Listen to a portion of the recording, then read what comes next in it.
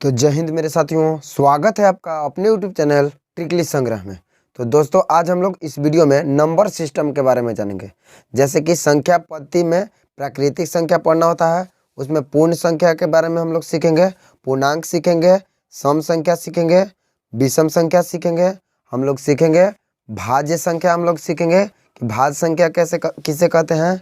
हम लोग इस वीडियो में सीखेंगे को प्राइम नंबर यानी कि सहअभाज्य संख्या किसे कहते हैं। फिर इसको पहचानने के भी नियम हम लोग जानेंगे कि कैसे इसको हम लोग ट्रिक से पहचानेंगे।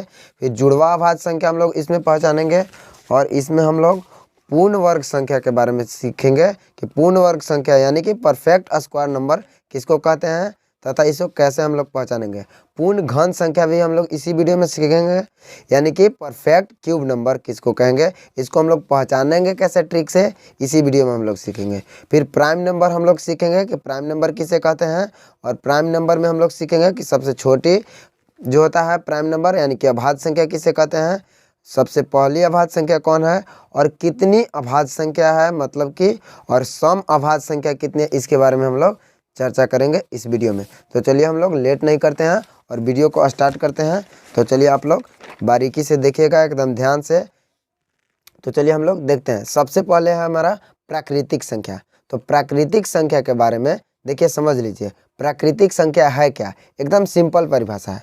प्राकृतिक संख्या जो है गिनती की संख्या को हम लोग प्राकृतिक संख्या कहते हैं, यानी कि जो गिनती संख्या होता है एक से स्टार्ट होता है गिनती संख्या, प्राकृतिक संख्या भी एक से ही स्टार्ट होता है। तो गिनती की संख्या को हम लोग प्राकृतिक संख्या कहते हैं। एक चीज़ इसमें इम्पॉर्टेंट है कि जो गिनती की संख्या को हम लोग प्राकृतिक संख्या बोलेंगे, इसी का एक और नाम है जिसे हम लोग हिंदू आरबिक संख्या कहते हैं। हिंदू आरबिक संख्या जो है इसी प्राकृतिक संख्या को ही कहते हैं। ये कई बार कॉम्पिटिटिव एग्जाम में पूछ देता है। इस सीटेट के एग्ज़ाम जो हुआ था 2011 में, उसमें भी पूछ दिया था, ठीक है। तो उसी दिन से ही फेमस हो गया है हिंदू आरबिक संख्या। तो हिंदू आरबिक संख्या भी पूछेगा तो हम लोग समझ गए हैं कि प्राकृतिक संख्या को ही हिंदू आरबिक संख्या कहते हैं। अधिकतर स्टूडेंट को पता नहीं रहता ये चीज़। तो चलिए हम लोग अब अगला देखते हैं। प्राकृतिक संख्या पूछे या हिंदू आरबिक संख्या पूछे, हम लोग गिनती की संख्या को प्राकृतिक संख्या या हिंदू आरबिक संख्या कहते हैं और इसे हम लोग एन से सूचित करेंगे। नेचुरल नंबर इसका इंग्लिश होता है, इसलिए इसे एन से सूचित किया जाता है। और गिनती संख्या एक से स्टार्ट होता है, इसलिए प्राकृतिक संख्या भी एक से स्टार्ट होगा और 1 2 3 इस तरह से बढ़ते जाएगा और अनंत तक चल जाएगा। तो चलिए अब हम लोग अगला देखते हैं। तो अगला है पूर्ण संख्या, यानी कि इसको होल नंबर कहते हैं इंग्लिश में। तो होल नंबर किसे कहते हैं, तो देखिए एकदम सिंपल है। अभी हम लोग गिनती की संख्या को प्राकृतिक संख्या बोले और पूर्ण संख्या देखिए क्या होता है कि गिनती की संख्या में जब हम लोग गिनती की संख्या में शून्य को क्या कर देते हैं, शामिल कर देते हैं। यानी कि गिनती की संख्या एक से स्टार्ट होता है, 1 2 3 4 5 डॉट डॉट, लेकिन इसी में हम लोग पूर्ण संख्या की बात करें तो इसमें केवल 0 शामिल कर देना है और इसी को हम लोग पूर्ण संख्या कहेंगे। यानी कि गिनती की संख्या में जब हम लोग 0 को शामिल कर देते हैं तो इस समूह को, इसी ग्रुप को हम लोग कौन सा वर्ग संख्या कहेंगे, तो पूर्ण संख्या कहेंगे। और इसे हम लोग इंग्लिश में होल नंबर कहते हैं, इसलिए इसे W से सूचित किया जाता है। तो चलिए अब हम लोग अगला देखते हैं। गिनती की संख्या को यहाँ हम लोग प्राकृतिक संख्या कहेंगे और गिनती के ही संख्या में जब शून्य को शामिल कर देंगे हम लोग तो उसको हम लोग कहेंगे पूर्ण संख्या। और पूर्ण संख्या जो है 0 से स्टार्ट होता है, जबकि प्राकृतिक संख्या 1 से स्टार्ट होता है। तो इसको आप लोग ध्यान में रखिएगा। तो चलिए अगला देखते हैं। अगला है पूर्णांक, यानी कि इसको हम लोग इंटीजर इंग्लिश में बोलते हैं। पूर्णांक संख्या क्या है, तो देखिए पूर्णांक संख्या में ऋणात्मक, धनात्मक तथा शून्य से मिलकर बनी संख्या को पूर्णांक कहलाता है। यानी कि इसमें तीनों होता है, ऋणात्मक भी होता है मतलब माइनस में भी होगा, ऋणात्मक संख्याएं हैं, उसमें धनात्मक संख्याएं भी तथा इसमें शून्य भी। तीनों से मिलकर जो बनता है संख्या उसी को हम लोग क्या कह देंगे, पूर्णांक कह देंगे। इसको एक तरह से हम लोग और बोल सकते थे कि पूर्ण संख्या में, पूर्ण संख्या जो है 0 से स्टार्ट होता है, पूर्ण संख्या में अगर ऋणात्मक को शामिल कर दिया जाए तो उसे हम लोग पूर्णांक कहते हैं। तो चलिए ये भी ठीक है कि ऋणात्मक, धनात्मक तथा शून्य से मिलकर जो संख्या बना रहेगा उसी को हम लोग क्या कहेंगे, पूर्णांक कहेंगे। इसमें -4 हो गया, -3 हो गया, -2 हो गया, -1 हो गया, फिर 0 1 2 इस प्रकार धनात्मक हो गया मतलब पॉजिटिव हो गया और इधर हो गया ऋणात्मक यानी कि निगेटिव और ये शून्य यानी कि 0 हो गया। तो पूर्णांक उसको कहेंगे जिकरा में 0 भी शामिल हो, ऋणात्मक भी शामिल हो और धनात्मक भी शामिल हो। तो चलिए अब हम लोग अगला देखते हैं। हमारा अगला पॉइंट है कि सम संख्या यानी कि इवन नंबर क्या है, इवन नंबर किसको कहते हैं। तो देखिए, वैसा संख्या जो 2 से पूर्णतः विभाजित हो तो वैसे संख्या को हम लोग सम संख्या कहा जाता है। यानी कि जिससे 2 से भाग देने पर वो पूरा पूरा कट जाए तो उसे हम लोग सम संख्या कहेंगे। जैसे एग्जाम्पल में दिया है 2, 4, 2 से 2 भी कटेगा, 2 से 4 भी कटेगा, 2 से 6 भी कटेगा। यानी कि 2 से जो संख्या कट जाता है वो सब हमारा कौन सा संख्या हो जाएगा, सम संख्या यानी कि इवन नंबर। इसको एक तरह से हम लोग और बोल सकते हैं कि वैसी संख्या जिसके अंत में 0 हो, 2 हो, 4 हो, 6 हो, 8 हो, ये जो 5 गो संख्या है ये जेकर अंत में रहेगा वो संख्या जो है सम संख्या होगा। इसको हम लोग पहचान के तौर पर भी लिख सकते हैं कि इसको पहचानेंगे कैसे कि सम संख्या है। तो जेकर अंत में देख लेंगे कि 0, 2, 4, 6, 8 हो, उसको हम लोग सम संख्या कहेंगे। यानी कि कितना भी बड़ा संख्या रहे, कितना भी बड़ा संख्या रहे, ओकर अंत में 0, 2, 4, 6, 8 में से कोई भी एक लगल रहे तो उसको हम लोग कौन सा संख्या बोल देंगे, तो उसको हम लोग सम संख्या यानी कि इवन नंबर बोल देंगे। जैसे कि हम एक यहाँ पे एग्जाम्पल लिखते हैं 8, 7, 9, 6, 3, 2, 1, एक अंत में 0 लगा दिए। कितना भी बड़ा संख्या रहे और उसके अंत में 0 रहे, चाहे 2 रहे, चाहे 4 रहे, चाहे 6 रहे, चाहे 8 रहे, तो वह संख्या जो है सम संख्या कहलाएगा। तो चलिए अब हम लोग विषम संख्या देखते हैं कि विषम संख्या किसको कहेंगे। तो देखिए ये भी एकदम सिंपल है। विषम संख्या कहेंगे वैसी संख्या जो 2 से नहीं कटे, यानी कि 2 से पूर्णतः विभाजित नहीं होता है, तो उसे हम लोग विषम संख्या कहेंगे। या इसको एक तरह से हम लोग और बोल सकते हैं कि वैसी संख्या जिसके अंत में 0, 2, 4, 6, 8 नहीं हो, मतलब इसके अलावा अगर और कोई संख्या हो जिसके अंत में, तो हमेशा विषम संख्या होगा। जैसे देखिए 15 के अंत में 5 है तो ये जो है विषम संख्या है, ये 2 से भी नहीं कटेगा। इस प्रकार ये भी विषम संख्या हो गया। यानी कि विषम संख्या जो है 13 हो गया, 11 हो गया, 9 हो गया और 1 भी हमारा जो है विषम संख्या ही है, क्योंकि यह 1 जो है 2 से नहीं कटता है। तो इस प्रकार हम लोग बता सकते हैं कि विषम संख्या जो है 2 से नहीं कटे उसे विषम संख्या कहेंगे। तो 1, 3, 5, 7, 9 भी हमारा विषम संख्या ही है। 11, 13 जो 2 से नहीं कटेगा हम लोग उसको विषम संख्या के कैटेगरी में रखते हैं। तो चलिए अब हम लोग अगला देखते हैं।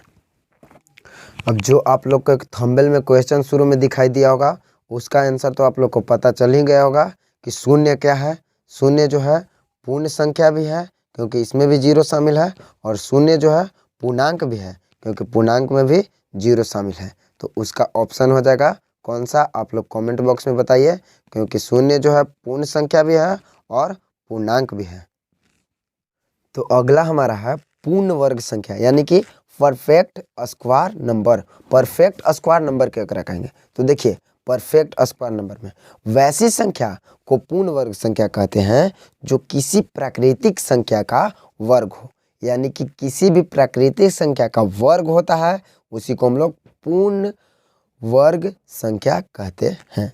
यानी कि परफेक्ट स्क्वायर नंबर। जैसे देखिए एक का पूर्ण वर्ग होता है, यानी कि उसका स्क्वायर वर्ग निकलता है, एक ही होता है। अगर 4 का अगर हम लोग बोले तो 4 भी हमारा जो है पूर्ण वर्ग संख्या है, क्योंकि पूर्ण वर्ग संख्या बोलेंगे वैसी संख्या को पूर्ण वर्ग संख्या कहते हैं जो किसी प्राकृतिक संख्या का वर्ग होता है। जैसे 1 का ही वर्ग 1 है, ये 2 का वर्ग है तो ये पूर्ण वर्ग संख्या है।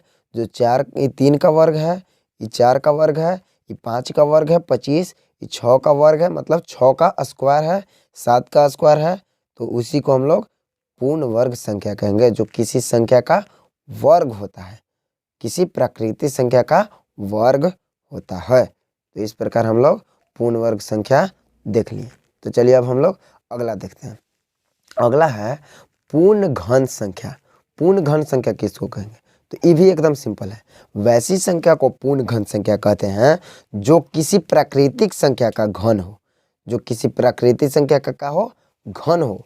देखिए जैसे ये 1 जो है 1 ही का घन है, ये जो है 8 जो है 2 का घन है, 2 का क्यूब है यानी कि 27 जो है 3 का क्यूब है, 3 तिरी 9, 9 तिया 27 यानी कि 3 का ही क्यूब है। 64 जो है 4 का क्यूब है। 125 जो है 5 का क्यूब है। चलिए अब हम लोग इसे पहचानेंगे कैसे, तो देखिए इसका पहचान, वह संख्या पूर्ण घन होती है जिनके अभाज्य गुणनखंड तोड़ने पर सभी त्रिक बनने के पश्चात कोई भी गुणनखंड शेष न बचे। यानी कि उसको जब हम लोग अभाज्य गुणनखंड तोड़ेंगे तो उसमें जो है 3 3 का पेयर बन जाएगा। जैसे देखिए 3 3 जो है त्रिक बन जाएगा। जैसे 216 को हम लोग लेते हैं, अगर इसको हम लोग तोड़ देते हैं अभाज्य गुणनखंड में, तो देखिए 2 से लगाएंगे तो ये हो जाएगा 216 के आधा हो जाएगा 108। फिर 2 से हम लोग लगाएंगे तो ये हो जाएगा 54। फिर 2 से हम लोग लगाएंगे तो ये हो जाएगा 27। फिर अब हम लोग 2 से लगाएंगे तो 2 से नहीं लगेगा तो 3 से लगाएंगे तो 3 9 27 हो जाएगा। फिर 3 से लगाएंगे तो 3 तिरी 9। तो यहाँ पे हम लोग देख रहे हैं कि एक यहाँ 3 त्रिक बन रहा है और यहाँ त्रिक बन रहा है, यानी कि 3 3 का 2 गो बन रहा है। तो इस प्रकार हम लोग यहाँ 2 गुना 3 करेंगे तो 3 दूनी 6, यानी कि हमारा जो है यानी कि हमारा जो है 6 का जो है यहाँ पे क्या है क्यूब दिया हुआ है, यानी कि इसमें 216 जो है हम लोग कह सकते हैं कि पूर्ण घन संख्या है, क्योंकि इसका त्रिक बन गया और कोई भी बचा नहीं। तो इस प्रकार हम लोग पहचान भी सकते हैं। तो चलिए अब हम लोग अगला देखते हैं। अगला हमारा है प्राइम नंबर यानी कि अभाज्य संख्या। देखिए सबसे इम्पोर्टेंट यहाँ पे यही है अभाज्य संख्या। अभाज्य संख्या क्या है, तो देखिए अभाज्य संख्या के बारे में, अभाज्य संख्या वैसी संख्या जो एक और स्वयं के अलावा और किसी से नहीं कटे। इस जो एक और स्वयं के अलावा और किसी से नहीं कटे, लेकिन ये परिभाषा जो है अब बहुत दिन से ये परिभाषा चल रहा है और इसको हम सही नहीं मानते हैं, इसको हम गलत मानते हैं। क्यों गलत मानते हैं, तो देखिए अगर इसके अनुसार चलेंगे तो एक भी जो है ना, एक भी हमारा प्राइम नंबर यानी कि अभाज्य संख्या ही आएगा। एक के बात करें तो एक भी जो है वैसी संख्या जो एक और स्वयं के अलावा और किसी से नहीं कटे। तो एक जो है एक आओ अपने आप के अलावा कोई से नहीं करता, तो क्या एक भी अभाज्य संख्या है? नहीं, एक अभाज्य संख्या नहीं है। अभाज्य संख्या क्योंकि 2 से स्टार्ट ही होता है, तो एक अभाज्य संख्या कैसे हो जाएगा? तो इस प्रकार ये हमारा परिभाषा जो है बिल्कुल गलत है। तो सही परिभाषा क्या है, तो देखिए सही परिभाषा क्या है। अभाज्य संख्या वैसी संख्या को अभाज्य संख्या कहते हैं जिसके केवल और केवल 2 गुणनखंड हो। जिसका 2 गुणनखंड होगा उसको हम लोग अभाज्य संख्या कहेंगे। ये परिभाषा में गलत है, ये परिभाषा सही है। देखिए जैसे अगर 1 का गुणनखंड तोड़ेंगे तो 1 का अगर गुणनखंड हम तोड़ते हैं तो देखिए 1 का एक ही गुणनखंड टूटबे करेगा, 1, इसके अलावा और कोई टूटबे नहीं करेगा। तो ये जो है हमारा जो है अभाज्य संख्या 1 नहीं है। अगर 2 के बात करें तो 2 जो है 2 का एक गुणनखंड होगा और एक 2 गुणनखंड हो जाएगा। 2 का एक गुणनखंड और एक 2 गुणनखंड हो जाएगा स्वयं। तो ये जो है हमारा प्राइम नंबर यानी कि अभाज्य संख्या होगा। अगर 3 के बात करें तो 3 भी है अभाज्य संख्या, क्योंकि इसको में 1 का गुणनखंड होगा, इसका 1 होगा गुणनखंड और एगो 3 होगा, मतलब कि केवल 2 गुणनखंड, 2 से ना अधिक होना चाहिए और ना ही 2 से कम होना चाहिए। तो इस प्रकार हमारा जो हो जाएगा अभाज्य संख्या। अब देखिए 5 में भी वही बात है, इसमें 1 गुणनखंड आ रहा है और 5 आ रहा है, तो इस प्रकार ही हो जाएगा अभाज्य संख्या। 7 की भी बात करें तो 7 में भी 1 गुणनखंड होगा और इसमें 7 गुणनखंड होगा, तो इस प्रकार ये हमारा हो जाएगा अभाज्य संख्या। और 13 की भी बात करें तो 1 और 13 केवल 2 ही गुणनखंड होगा, तो इस प्रकार हमारा 13 भी अभाज्य संख्या हो जाएगा। अगर 15 की बात करें तो 15 में देखिए इसका गुणनखंड 1 भी होगा, 3 भी होगा और 5 भी होगा, क्योंकि 3 से भी विभाज्य हो जाएगा, 1 से भी विभाज्य हो जाएगा और 5 से भी विभाज्य हो जाएगा। तो इस प्रकार ये जो हमारा है 15 अभाज्य संख्या नहीं है, क्योंकि इसमें 2 से अधिक गुणनखंड आ जा रहा है। तो ना तो 2 से अधिक गुणनखंड आना चाहिए और ना ही 2 से कम आना चाहिए, केवल और केवल 2 गुणनखंड होना चाहिए। तो इस प्रकार हम लोग अभाज्य संख्या को पहचान लेंगे। अब देखिए इसमें क्वेश्चन कहा था है, इसमें क्वेश्चन पूछता है कि सबसे जो है छोटी अभाज्य संख्या कितनी है। तो सबसे छोटी अभाज्य संख्या की बात करें तो इसमें सबसे छोटी अभाज्य संख्या 2 हो जाता है। सबसे छोटी अभाज्य संख्या 2। और सबसे पहली भी अभाज्य संख्या अगर पूछे तो सबसे पहली भी अभाज्य संख्या कितना होता है। तो सबसे पहली पूछे या सबसे छोटी अभाज्य संख्या पूछे तो इसमें हो जाएगा 2। आगे देखते हैं। आगे इसमें पूछता है कि सबसे छोटी सम अभाज्य संख्या कितनी है। तो सम में भी 2 है और ये 2 जो है एकलौता है, मतलब अभाज्य संख्या में केवल 2 ही जो है जो सम होता है, बाकी इसके अलावा सब जो होता है विषम होता है। 2 के अलावा सब विषम होता है। देखिए अगला, सबसे छोटी विषम अभाज्य संख्या की बात करें तो सबसे छोटी विषम में हो जाएगा 3। 2 के बाद 3 जो होता है विषम संख्या और सबसे छोटी विषम में 3 आ जाएगा। अगर क्वेश्चन पूछ देवे कि सम अभाज्य संख्या कितनी है, ये नहीं पूछ रहा है कि कौन है, कितनी है पूछ रहा है, तो कितनी में हम लोग 1 को मारेंगे, क्योंकि सम अभाज्य संख्या केवल 2 है। 2 जो है एक ही गो संख्या है जो सम अभाज्य संख्या है। यानी कि सम अभाज्य संख्या पूछे कि कितनी है तो केवल और केवल 1 है, और वो कौन है, तो वो है सम अभाज्य संख्या 2। तो इस प्रकार हम लोग इसको बता सकते हैं कि सम अभाज्य संख्या कितनी है। बहुत स्टूडेंट इसको मारते हैं कि सम अभाज्य संख्या कितनी है, वो लोग समझ जाते हैं कि सम अभाज्य संख्या कौन है, और कौन है पूछेगा तब हम लोग मारेंगे 2, लेकिन कितनी है पूछेगा तो केवल और केवल 1 है, 2 है केवल, और 2 कै गो है तो 1 ही गो है सम में। तो इस प्रकार हम लोग इसको 1 मारेंगे कि सम अभाज्य संख्या कितनी है, तो केवल 1 गो है, और कौन है वो, तो वो है 2 नंबर जो है। तो चलिए अब हम लोग आगे देखते हैं। अगला हमारा है भाज्य संख्या, यानी कि कंपोसाइट नंबर किसको कहते हैं। तो चलिए देखिए, वैसा संख्या जिसके 2 से अधिक संख्या गुणनखंड हो। अभी हम लोग अभाज्य संख्या में देखें कि केवल और केवल 2 गुणनखंड हो रहा था, 2 से ना अधिक और ना ही 2 से कम हो रहा था, तो वैसे को हम लोग अभाज्य संख्या कह रहे थे। लेकिन भाज्य संख्या में वैसी संख्या जिसको 2 से अधिक संख्या गुणनखंड हो, तो उसमें हम लोग भाज्य संख्या कहेंगे, उसे हम लोग क्या कहेंगे, भाज्य संख्या। अगर पूछे कि 1 का है, 1 भाज्य संख्या है, तो नहीं, 1 भाज्य संख्या नहीं है, क्योंकि इसमें केवल 1 ही गुणनखंड होगा। हम लोग को भाज्य संख्या क्या कहता है कि वैसी संख्या जिसके 2 से अधिक संख्या गुणनखंड हो, यानी कि 2 से अधिक अगर गुणनखंड आवे तो उसको हम लोग क्या कहेंगे, भाज्य संख्या। जैसे देखिए 4 को अगर बात करें तो 4 में देखिए इसको अगर गुणनखंड तोड़ते हैं तो इसको 2 से हो जाएगा, 2 दूनी की 4, और इसमें जो है 2 का 2। इसके अगर बात करें हम, अगर इसको बात करें तो 4 जो है हमारा भाज्य संख्या है, क्योंकि 4 जो है 1 से भी कटेगा, 2 से भी कटेगा और 4 से भी कटेगा। 1 से भी कटेगा, 2 से भी कटेगा और 4 से भी कटेगा। तो इस प्रकार हम लोग 4 को भाज्य संख्या के कैटेगरी में रखेंगे। 9 की बात करें तो 9 भी हमारा जो है भाज्य संख्या है, क्योंकि 9 जो है कटेगा, 1 से कटेगा, 3 से कटेगा और 9 से भी कटेगा, यानी कि इसका 3 गुणनखंड हो रहा है। तो 2 से जैसे ही अधिक गुणनखंड हो जाए तो उसको हम लोग भाज्य संख्या कहेंगे। 21 की बात करें तो 21 में भी भाज्य संख्या है, क्योंकि ई जो है 3 से भी कटेगा, 7 से भी कटेगा, 21 से भी कटेगा और ई जो है 1 से भी कटेगा। तो इस प्रकार इसका बहुत सारा गुणनखंड हो रहा है। तो जैसे ही 2 से अधिक गुणनखंड हो जाए तो उसको हम लोग कौन सा संख्या कहेंगे, भाज्य संख्या कहेंगे। अब इसमें हम बात करते हैं, तो इसमें पूछेगा कि सबसे छोटी भाज्य संख्या कौन है। तो सबसे छोटी भाज्य संख्या की अगर बात करें तो सबसे छोटी भाज्य संख्या हमारा जो है 4 जो है सबसे छोटी भाज्य संख्या है। अगर इसमें बात करें कि सबसे छोटी भाज्य संख्या, तो सबसे छोटी भाज्य संख्या 4 है, क्योंकि 1 तो हमारा भाज्य है ये नहीं है, ना 1 भाज्य है और ना ही अभाज्य है। अगर 2 की बात करें तो 2 हमारा अभाज्य संख्या है। अगर 3 की बात करें तो 3 भी हमारा अभाज्य संख्या है, क्योंकि इसमें केवल 2 ही गुणनखंड होता है। और अगर 4 की बात करें तो 2 से अधिक गुणनखंड होता है। तो इस प्रकार हमारा सबसे छोटी भाज्य संख्या हो जाएगा 4। इसका गुणनखंड 1 भी होता है, 2 भी होता है और 4 भी होता है।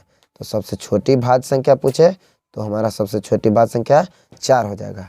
अगर सबसे पहली भी भाज्य संख्या पूछे तो पहली भी हमारा 4 ही होगा। अगर सबसे पहली सम भाज्य संख्या पूछे तो सम में भी 4, क्योंकि 4 सम ही है और सबसे पहली भाज्य संख्या भी 4 ही आ जाएगा। अगर सबसे पहली विषम भाज्य पूछे तो विषम में हमारा 9 से स्टार्ट होता है विषम भाज्य संख्या। विषम भाज्य संख्या को अगर पूछेगा तो 9 से स्टार्ट होता है, यानी कि सबसे पहली विषम भाज्य संख्या 9 हो जाएगा। या सबसे छोटी भी विषम भाज्य संख्या पूछेगा तो उसमें भी हम लोग 9 को मारेंगे। तो चलिए अब हम लोग आगे देखते हैं। आगे हमारा है को प्राइम नंबर, यानी कि सहभाज्य संख्या किसको कहते हैं।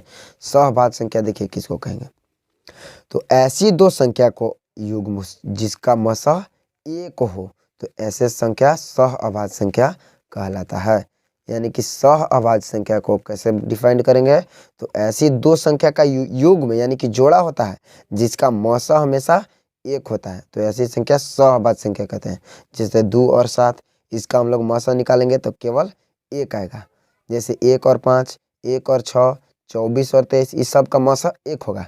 इसको हम लोग पहचान देख लेते हैं कि आसानी से इसको हम लोग पहचान कर मारेंगे कैसे। तो देखिए आसानी से हम लोग इसको में टिक कैसे मारेंगे, तो चलिए देखते हैं। देखिए पहचान कैसे, वे दो संख्या का युग्म जो कॉमनली रूप से केवल 1 से कटे। कॉमनली रूप से यानी कि 1 से ही केवल कटे दोनों संख्या, तो वैसे युग्म को हम लोग कौन सी कहेंगे, को प्राइम नंबर, यानी कि सहभाज्य संख्या। कॉमनली रूप से केवल का होना चाहिए, 1 से कटना चाहिए। जैसे 17, जैसे 2 और 7 को देखिए, ये केवल 1 ही से कटेगा, 2 भी और 7 भी केवल 1 ही से कटेगा, तो दोनों संख्या केवल 1 ही से कट रहा है।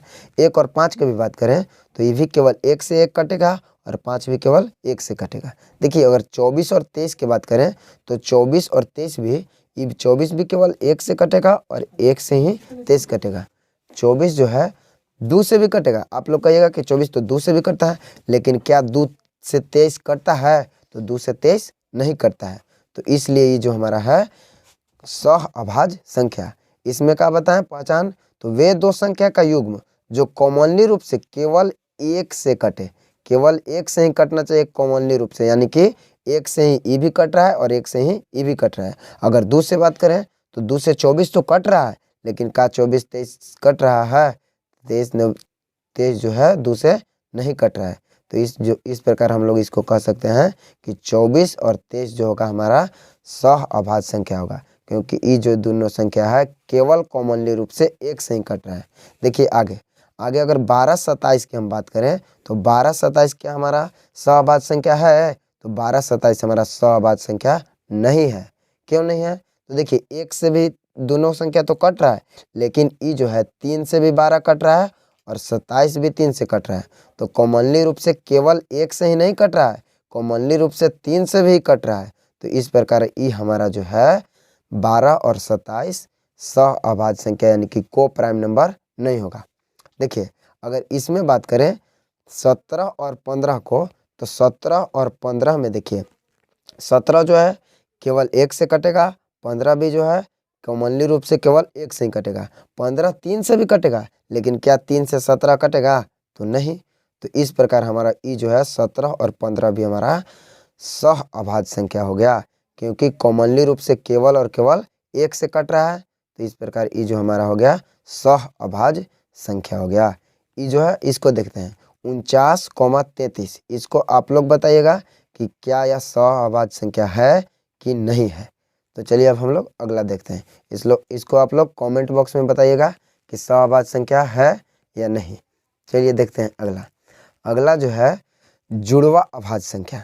जुड़वा अभाज्य संख्या यानी कि ट्विन प्राइम नंबर क्या है, तो देखिए अभाज्य संख्या तो हम लोग पीछे पढ़ चुके हैं कि वैसी संख्या, इसमें हम बताएं अभी एक परिभाषा को बताएं, अभी हम लोग बताएं इसमें कि ये जो है परिभाषा अभाज्य संख्या का ये गलत परिभाषा है कि वैसी संख्या जो एक और स्वयं के अलावा और किसी से नहीं कटे। ये अभी हम लोग गलत साबित किए हैं।